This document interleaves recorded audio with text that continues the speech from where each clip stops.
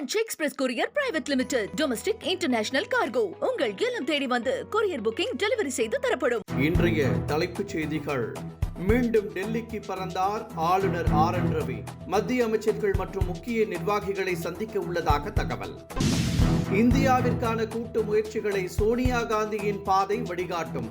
சோனியா காந்திக்கு முதலமைச்சர் மு.க. ஸ்டாலின் பிறந்தநாள் வாழ்த்து.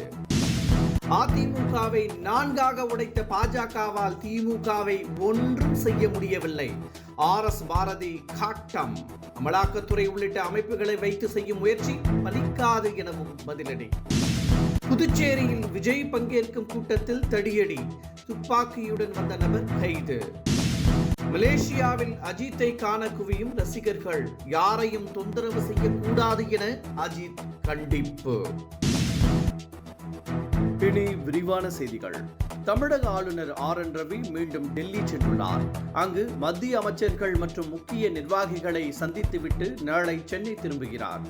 தமிழக அரசு சட்டப்பேரவையில் நிறைவேற்றி அனுப்பி வைக்கப்பட்ட சித்த பல்கலைக்கழக மசோதாவை ஆளுநர் நேற்று குடியரசுத் தலைவருக்கு அனுப்பி வைத்திருந்தார். தமிழக அரசை கொள்கை ரீதியாகவும் நிர்வாக ரீதியாகவும் ஆளுநர் கடுமையாக விமர்சித்து வருகிறார். தொடர்ந்து மோதல் போக்கு நிலவி வருகிறது. இந்த சூழ்நிலையில் ஆளுநர் மீண்டும் டெல்லி சென்றிருப்பது பரபரப்பை ஏற்படுத்தியுள்ளது. சோனியா காந்தியின் பிறந்த நாளையொட்டி அவருக்கு முதலமைச்சர் மு.க. ஸ்டாலின் வாழ்த்து தெரிவித்துள்ளார். அனைவரையும் உள்ளடக்கிய இந்தியாவிற்கான கூட்டு முயற்சிகளை சோனியா காந்தியின் கொள்கை ரீதியிலான பாதையும் வழிகாட்டுதலும் தொடர்ந்து வலுப்படுத்தும் என முதலமைச்சர் மு.க. ஸ்டாலின் தெரிவித்துள்ளார். அண்மையில் காங்கிரசுக்கும் திமுகவிற்கும் இடையே கூட்டணி விவகாரத்தில் சலசலப்பு ஏற்பட்டிருந்த நிலையில் இதன் மூலம் காங்கிரஸ் கூட்டணியை முதலமைச்சர் உறுதி செய்துள்ளார். அயோத்தியில் செய்ததைப் போலவே தமிழகத்திலும் செய்ய பாஜக முயற்சி செய்வதாக திமுகவின் அமைப்பு செயலாளர் ஆர்.எஸ். பாரதி தெரிவித்துள்ளார். திருப்பரங்குன்றத்தில் விளக்கேற்றும் பிரச்சனையில் திமுகவிற்கும் பாஜக மற்றும் இந்து அமைப்பினருக்கும் இடையே கடும் உரசல் போக்கு நிலவுகிறது.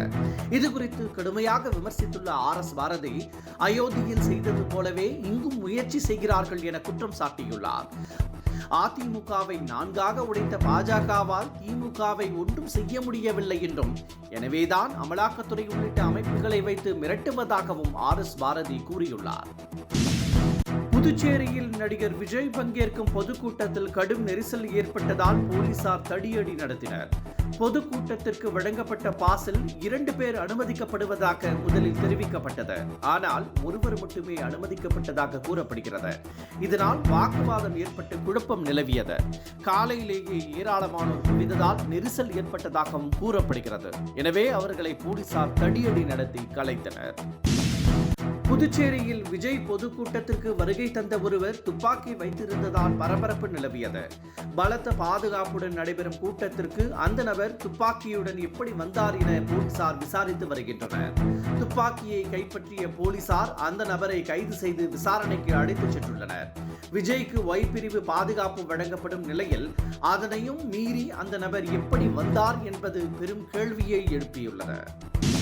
காங்கிரஸ் தாவேகாவுடன் கூட்டணி பேச்சுவார்த்தையில் ஈடுபட்டு வருவதாக நைனா நாகேந்திரனும், திமுக கூட்டணியில் இருந்து காங்கிரஸ் வெளியேறும் என அண்ணாமலையும் கூறியிருந்தனர்.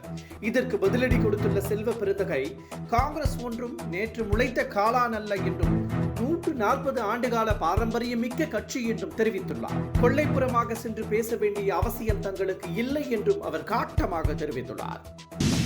முஸ்லிம் லீக் அழுத்தத்தால் தான் வந்தே மாதரம் பாடலில் இருந்து சில பாகங்கள் நீக்கப்பட்டதாக பிரதமர் கூறியதற்கு பிரியங்கா காந்தி மறுப்பு தெரிவித்துள்ளார். உண்மை வரலாற்றை புரிந்து கொள்ளுங்கள் என்றும் அவர் கூறியுள்ளார். ரவீந்திரநாத் தாகூரின் ஆலோசனையின்படியே பாடல் வரிகள் நீக்கப்பட்டதாகவும் அவர் குறிப்பிட்டுள்ளார். மேற்கு வங்க தேர்தலை குறிவைத்து வந்தே மாதரத்தை விவாத பொருளாக பாஜக அரசு ஆக்கியுள்ளதாக அவர் சாடியுள்ளார். தங்கம் விலை இன்று குறைந்தது. சென்னையில் 1 சவரன் ஆபரண தங்கம் 360 ரூபாய் குறைந்து 96,000 ரூபாய்க்கு விற்கப்படுகிறது. 1 கிராம் தங்கம் 40 ரூபாய் குறைந்து 12,000 ரூபாய்க்கு விற்பனை செய்யப்படுகிறது. வெள்ளி கிராமிற்கு 1 ரூபாய் உயர்ந்து 199 ரூபாய்க்கும், 1 கிலோ வெள்ளி 1000 ரூபாய் உயர்ந்து 1,99,000 ரூபாய்க்கும் விற்பனை செய்யப்படுகிறது. மலேசியாவில் ரேசிங்கில் கலக்கி வரும் அஜித்குமாரை காண ஏராளமான ரசிகர்கள் குவிந்த வண்ணம் உள்ளனர். அவர்கள் அஜித்துக்கு வாழ்த்து தெரிவிக்கும் முனைப்பில் ஈடுபட்டுள்ளனர்.